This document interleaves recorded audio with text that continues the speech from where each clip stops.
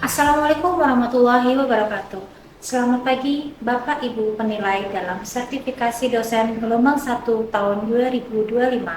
Perkenalkan, saya Nuroma Ida Ayutusna Putri, merupakan salah satu dosen program studi keperawatan program Diploma 3 Universitas Harapan Bangsa Purwokerto.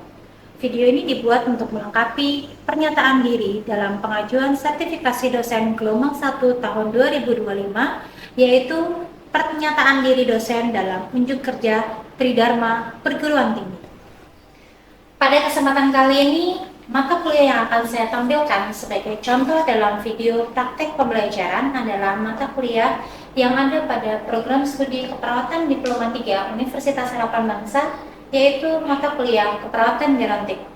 Mata kuliah ini terdiri dari 3 SKS, yaitu 1 SKS teori, 1 SKS praktikum, dan 1 SKS dalam pembelajaran klinik. Mata kuliah ini disampaikan dengan metode student center learning, di mana proses pembelajaran akan dilakukan di dalam kelas baik secara online maupun offline. Deskripsi mata kuliah keperawatan gerontik ini berisi tentang pembahasan terkait dengan kelompok khusus keperawatan gerontik, aplikasi asuhan keperawatan kelompok khusus gerontik terutama pada lansia yang mengalami masalah kesehatan atau penyakit degeneratif, serta tindakan pada keperawatan gerontik. Capaian pembelajaran lulusan pada mata kuliah keperawatan gerontik terdiri dari 3, yaitu ada penguasaan pengetahuan, keterampilan khusus, dan keterampilan umum, di mana penguasaan pengetahuan diharapkan mahasiswa mampu menguasai teknik, prinsip, dan prosedur pelaksanaan asuhan atau praktek keperawatan yang dilakukan secara mandiri ataupun berkelompok.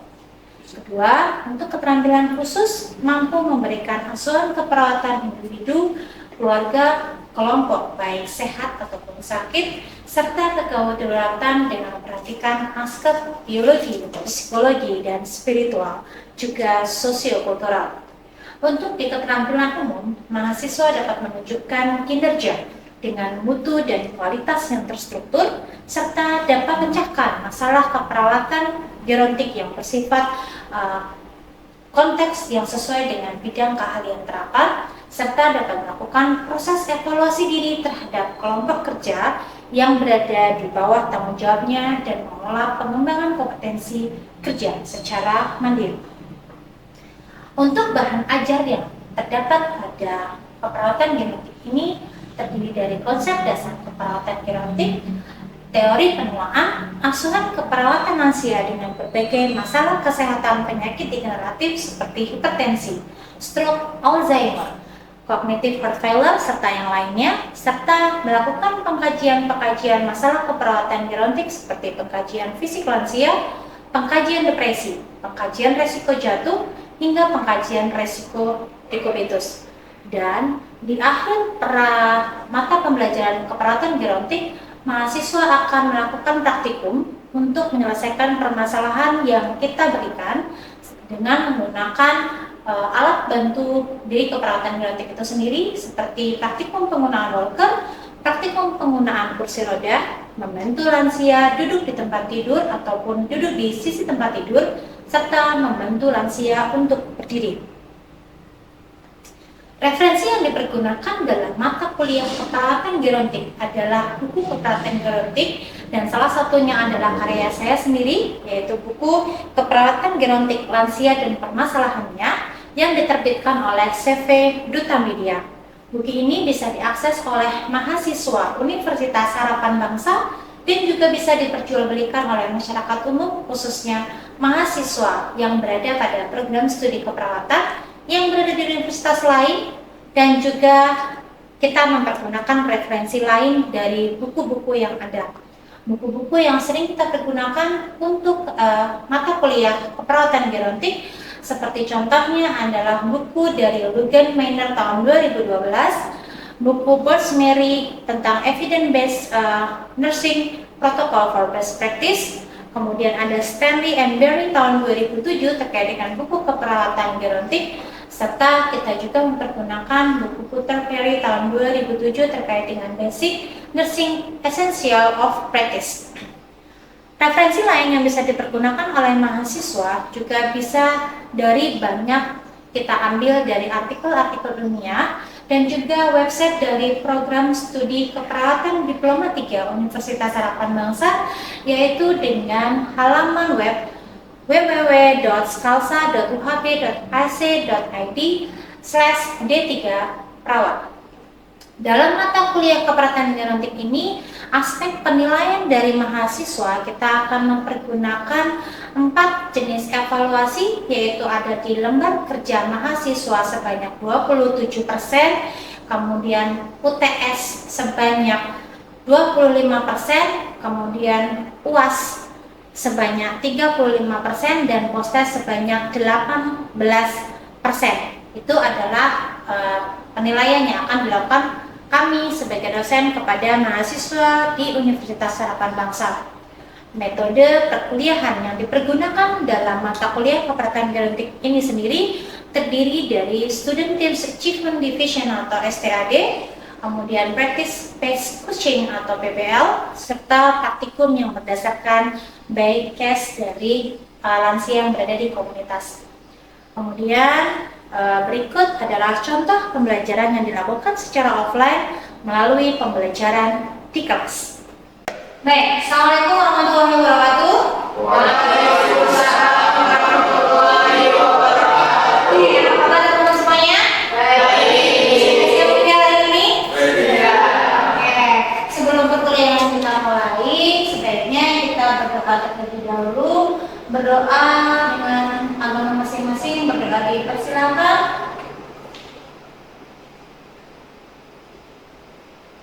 Baik, berdoa tidak pernah selesai. Terima kasih.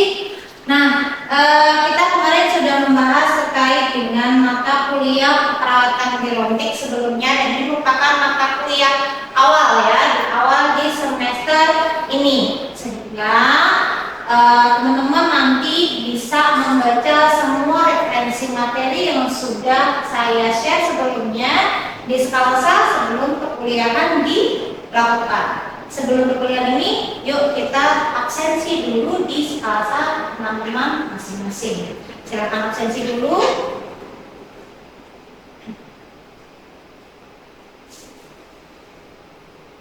Oke, sudah? Ada yang error atau tidak untuk absensinya? Aman? Oke, ya.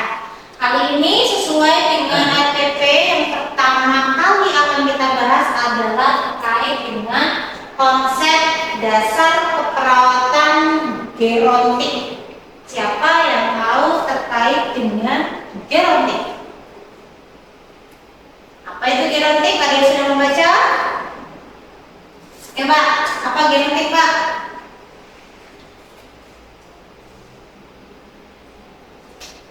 Agak keras dong. Genetik, apa itu genetik?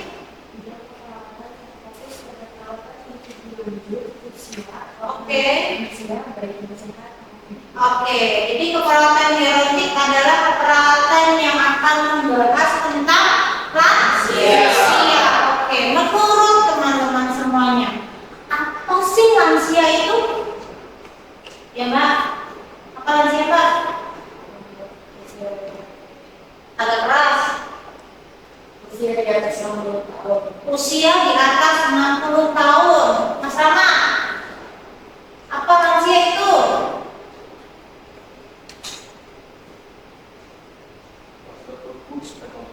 Postur tubuhnya sudah membungkuk. Oke, kita cek ya. Nah, nanti kita akan membahas teori dulu, konsep dasarnya seperti apa, teori proses penuaan dan efek penuaan pada sistem kesehatan. Oke, betul tadi yang dibilang, lansia itu adalah seseorang yang sudah berusia lebih dari 60 tahun, di mana pada proses lansia itu akan terjadi yang namanya perubahan. Ya, perubahannya macam-macam. Ada perubahan dari segi fisik. Perubahan fisik lansia apa aja? Tadi ada yang bilang membungkuk. Apa? Rambutnya memutih. Terus banyak kerutan. Saya dong ya. Terus apa lagi? Kesehatannya menurun. Pak, lansia ngapain? Apa lagi?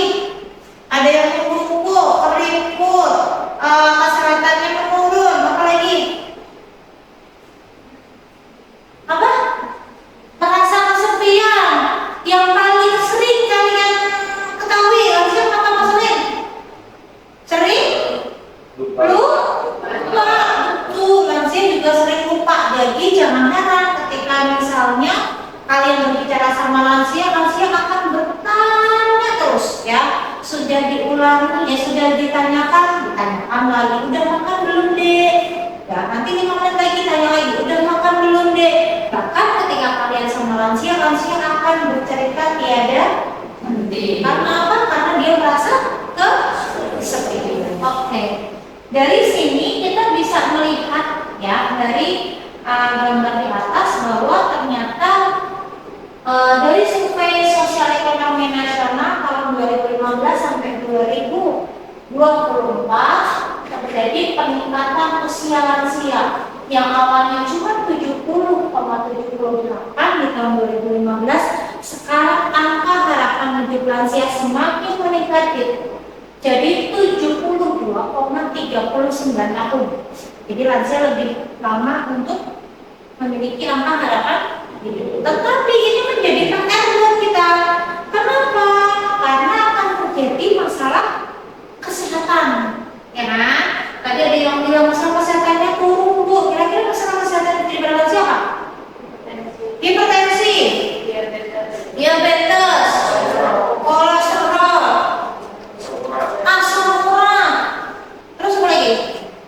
Jantung, stroke, ya kan? Nah, itu membutuhkan yang namanya intervensi yang lebih dekat dengan kita. Kenapa? Karena mungkin lansianya akan butuhnya kenapa? Karena lansia sudah mengalami kelemahan tubuh, ya, jalan sudah tidak kuat, ya, mau tidur tidak enak, ya, gedebuk sana gedebuk sini, ya, sudah sering lupa, jadi obat tidak dikonsumsi, sehingga justru malah akan semakin turun kesehatan lansia, ya. Ini 72,39 tahun. Ini hal yang sangat kita harus prepare dengan ini, karena di setiap tahun kemungkinan akan terjadi peningkatan jumlah lansia. Nah, ini ya 10 provinsi dengan angka harapan hidup tertinggi ada di salah satunya di kota kelahiran saya, ya, ada di Yogyakarta, ya. Kemudian ada di Kalimantan Timur dan yang ketiga ada di wilayah Jawa Tengah dengan presensi 74,25%. Di sini ada yang dari Jawa Tengah, apa aja? Yang dari Jawa Tengah, Mas Solin, Lama, oke, banyak ya yang dari Jawa Tengah. Nah ini, hati-hati ya, 74,25%. Jadi perawat memang harus standby dengan kejadian ini, ya. Kalian tidak bisa menyamakan antara perilaku kalian ke lansia dengan perilaku kalian melakukan intervensi di anak-anak ataupun dewasa, karena lansia akan kembali ke masa anak-anak. Bedanya kalau anak-anak belum tahu apa-apa, jadi dia nurut-nurut aja. Tapi kalau di lansia, karena dia sudah pernah mengalami masa anak-anak dan dia sudah tahu beberapa informasi, jadi bisa kemungkinan besar lansia itu apa? Ngeyel, ya. Enggak kok, dulu aku nggak seperti ini, gitu, ya. Itu sering terjadi. Oke, ini ya tadi ya masalah kesehatan lansia yang dialami ada kardiovaskuler, radang sendi atau osteoporosis, stroke, dan Alzheimer. Yang Alzheimer demensia lupa, ya, kelupaan, kemudian osteoporosis dan hipertensi. Sampai sini ada yang mau ditanyakan dulu terkait dengan lansia? Lanjut? Oke, saya mau tanya nih, kalau pada lansia yang mengalami hal-hal ini, apa yang harus teman-teman lakukan?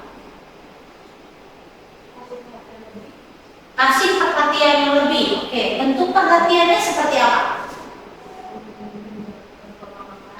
Menjaga pola makan. Ada lagi dari sebelah sini? Rutin minum obat. Terus rajin cek kesehatan. Kalau misalnya lansia ini tinggal sendiri, apa yang harus dilakukan? Kita sebagai perawat datang langsung menemui. Oke, terus hampir sama seperti orang tuberkulosis, ya, perlu adanya pendamping lansia. Bu, tapi sering sekali lansia tinggal sendiri. Ya, terkadang lansia tidak mau kita ajak ke rumah kita. Terus gimana solusinya? Padahal dia betul sendiri di rumah. Minta tolong dengan tetangga sekitar untuk minimal menengok lansia. Ya, apalagi untuk di zaman teknologi sekarang sebenarnya sudah ada CCTV, ya, sudah ada telepon, itu bisa kita video call untuk mengingatkan obat, ya, untuk kita melihat CCTV apa yang terjadi dan pastikan ruangan yang ada di lansia itu aman. Contoh ruangan yang aman adalah tidak licin, maksudnya tidak banyak benda tajam. Mungkin lebih tepatnya tidak banyak benda yang berserakan, gitu ya. Kursi kan biasanya tuh kalau di rumah zaman dulu ya itu kan kursi banyak banget tuh berjejer ya, sampai ruang tamunya semuanya kursi semua sampai ruang keluarga. Nah itu hindari itu di lansia. Terus apa lagi? Ingat lansianya punya masalah ini nih. Apa lagi? Tidak licin, tidak banyak benda berserakan. Terus ini berhubungan sama ini apa tuh? Terang, ya. Ada lansia, hati-hati teman-teman ya. Terlalu terang salah, terlalu redup salah. Karena otot di dalam sistem penglihatannya sudah mulai menurun. Jadi ketika terlalu terang, dia akan terang seperti ini, mungkin beberapa lansia akan merasa silau, ya. Tapi ada juga yang beberapa lansia menyatakan bahwa ini nggak terang. Ya, jadi kita perlu menanyakan kenyamanan lansia. Sehingga untuk lampu seperti ini apakah nyaman atau tidak? Ya, oke, lampunya harus tidak boleh terlalu redup, tidak boleh terlalu terang banget. Terus apa lagi? Berhubungan dengan kamar mandi. Ada juga nih di kampus kita. Ada apanya? Pegangan, pegangan ya. Pegangan. Terus ada pegangan. Ya, dia biasanya kan dia pakai kayu. Nah, harus ada kayunya ya. Nggak semuanya shower ya.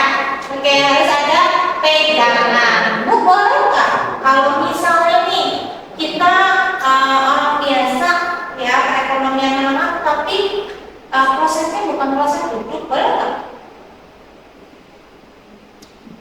Boleh nggak? Lansia, BAB atau buang air kecil di proses yang biasa, kita jongkok, boleh nggak? Kurang. Kalau orang yang nggak punya gimana? Kasih alat bantu. Terus, kenapa?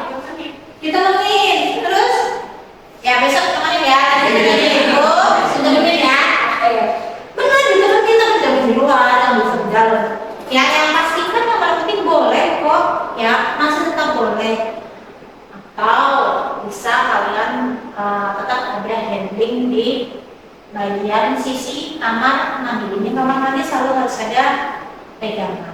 Ya, kemudian lantai, perhatikan kalau lantainya seperti ini, lantai kamar mandi dengan lantai ruangan akan berbeda. Kalau lantai kamar mandi lebih kasar, ya. Jangan juga dikasih yang apa sih, kalau orang zaman dulu lebih suka bukan semen saya, batu, ya, sekarang ada batu-batunya, ya. Awalnya dulu cuma memang konsep sekarang itu pengennya seperti zaman dulu lagi, di bawahnya ada batu. Hati-hati karena lansia memiliki osteoporosis dan kardiovaskular juga diabetes mellitus. Ya, terkadang kita suka membelikan sandal yang refleksi, yang ada apa namanya? Nah, ya, tujuh-tujuhnya itu sebenarnya kita tidak bisa memberikan kepada seluruh lansia. Kenapa? Karena ada masalah ini. Jangan-jangan ketika dia mengalami stroke, ya itu kan sama pecahnya pembuluh darah. Ketika pakai itu justru malah akan menambah pecahnya pembuluh darah yang lain. Hati-hati dengan ini, ya. Terutama pada lansia diabetes mellitus. Ya, ketika dia ada luka sedikit, dia akan merambah ke yang lain, bisa diamputasi. Ya, untuk di lantai kamar mandi tetap harus ada pegangan, kemudian ada lantainya tidak boleh licin. Apalagi yang berlansia? Jadi sudah punya selang, kemudian tidak banyak kendali sarapan, terus ada handling di kamar mandi, apa lagi? Pengawasan yang ketat, yang keuangan aja. Apa? Tidak kotor, tidak kotornya itu seperti yang mungkin lebih tepatnya adalah tidak licin. Ya, biasanya kan misalnya kalau dia tinggal bersama cucunya udah mainannya berserakan gitu ya, terus menumpahkan, kita harus segera untuk pel. Terus apa lagi? Tempat tidur gimana tidur? Tempat tidur pada lansia sih gimana? Pakai spring bed bu, nah tinggi tuh untuk bertiga. Jangan yang terlalu tinggi. Di lantai boleh nggak? Kenapa kok nggak boleh? Dingin, terus penyebaran kuman. Tapi kalian tidurnya di lantai kan? Ya. Berarti kalian tidak ya apa coba? Kenapa tidak boleh di bawah? Betul, susah bangun. Jangan-jangan itu kan tidak ada pegangan nih. Jangan-jangan ketika bangun justru malah akan ada patah tulangnya ya, karena tulangnya sudah mulai rapuh, terutama pada lansia-lansia yang berat badannya sangat besar. Jadi hati-hati ya. Terus apa lagi? Apa lagi? Tadi kamar mandi sudah, itu sudah. Terus apa lagi? Kita membiasakan untuk membuat lansia hidup mandiri dengan cara adalah tetap memasang benda-benda yang besar. Mandiri di sini dalam arti untuk mengonsumsi minum obat, melihat jam. Jadi kita tetap harus memasang di area lansia itu dengan barang-barang yang mudah dilihat dan mudah diingat. Ya, jadi kadang-kadang di tembok ini bisa kita pasang dengan kalender, kemudian jam yang nanti kita taksir. Mbak, nanti kalau taksirannya warna merah, si Mbak harus ke posyandu misalnya. Ya, itu kadang lansia sering lupa. Terus kita pasang alarm, boleh Pak? Boleh. Ya, untuk mengingat minum obat. Salah satu caranya itu ketika memang tidak ada orang lain, maka kalian bisa menyediakan tempat obat. Ya kan sekarang ada ya tempat obat yang biasanya Selasa, Rabu, Kamis. Nah, itu kalian sudah tempatkan di situ. Kadang lansia itu obatnya akan sangat banyak karena ini masalah kesehatan lansia yang dialami biasanya kardiovaskuler akan berhubungan dengan stroke, akan berhubungan juga dengan diabetes mellitus, akan berhubungan juga dengan hipertensi. Jadi obatnya ada 1, 2, 3, dan 4. Itu baru 4 obat dari dokternya. Belum termasuk dari misalnya ahli gizinya, belum termasuk dari vitaminnya. Makanannya nggak boleh yang 1, Mbak, makanannya nggak boleh yang asin-asin, yang BN, Mbak, makanannya nggak boleh yang gula-gula. Terus makan apa aja? Rebusan. Oke, rebusan ketika rebusannya adalah bayam atau contohnya sayuran yang berwarna hijau pekat, hati-hati dengan radiasinya. Terus yang mau dimakan siapa? Umbi-umbian. Umbi-umbian, oke. Ketika dia over makan umbi-umbian, diabetes mellitus akan terkena atau tidak? Jadi lansia makan apa? Bubur. Telur. Bubur ketika terlalu banyak. Nih, apalagi orang Indonesia. Ya, kita orang Indonesia tidak memungkiri bahwa kalau belum makan nasi, belum kenyang. Kalau belum makan mendoan, bukan orang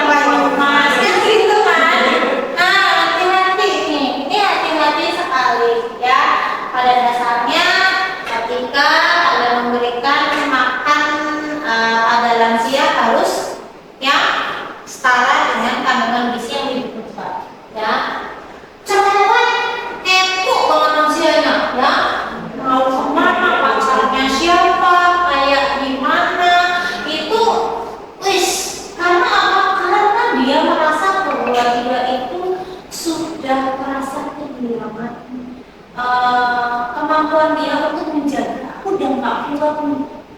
Ya aku udah bapak, jadi aku nggak bisa ngapa-ngapain. Dia merasa bahwa satu langkah lebih cepat dengan mereka pencet benua Pak. Ya, jadi dia akan sangat ketakutan dan dia akan rentan terhadap penyakit. Ini adalah konsep keperawatan dasar lansia. Dari sini silakan yang mau bertanya. Ya, ada? Ya. Oke. Terawat dan keponya lansia, oke. Sebenarnya secara kita menghadapi pasien yang lansia Oke. Cara menghadapi lansia yang kepo sama cerewet itu gimana sih? Misalnya dengan menanyakan secara terus-menerus. Kuncinya adalah sabar dan langsung diklarifikasi atau dikonfirmasi. Sila, tapi sudah saya jelaskan kalau saya mau kuliah misalnya. Nanti ketika Simbahnya tanya lagi, jawab lagi. Simbah, tapi sudah saya jelaskan saya mau kuliah. Saya punya contoh, Simbah saya sudah makan, piringnya masih di tangan. Kamu dari tadi nggak dikasih makan? Nah, ketika jawab, Simbah mau nambah, jangan tanya bengkak. Mau wes makan bu. Jangan seperti itu. Simbah mau tambah, dikonfirmasi lagi. Gitu ya. Sekarang. Ada lagi? Ada yang mau bertanya lagi? Sudah? Sure? Oke. Silakan di bagian akhir akan ada penugasan untuk kalian teman-teman semuanya ya. Nanti kalian akan berdiskusi terkait dengan bagaimana proses teori penuaan pada lansia. Untuk penugasannya nanti bisa kalian masukkan di kantong tugas yang ada di Selasa. Kemudian di pertemuan selanjutnya akan kita bahas diskusi bersama terkait dengan hal itu. Ya. Nanti sebelum perkuliahan sebelumnya juga akan ada tes yang akan saya lakukan kalian baru pertemuan pertama. Jadi saya tiadakan pretesnya, tapi untuk pertemuan selanjutnya akan ada pretest. Oke, begitu ya teman-teman ya, sesuai dengan RPP yang sudah di-share bahwa pertemuan besok akan membahas terkait dengan teori menua pada lansia. Baik, terima kasih atas perhatian dari teman-teman semuanya dengan perkuliahan kali ini. Kita tutup pertemuannya. Wassalamualaikum warahmatullahi wabarakatuh.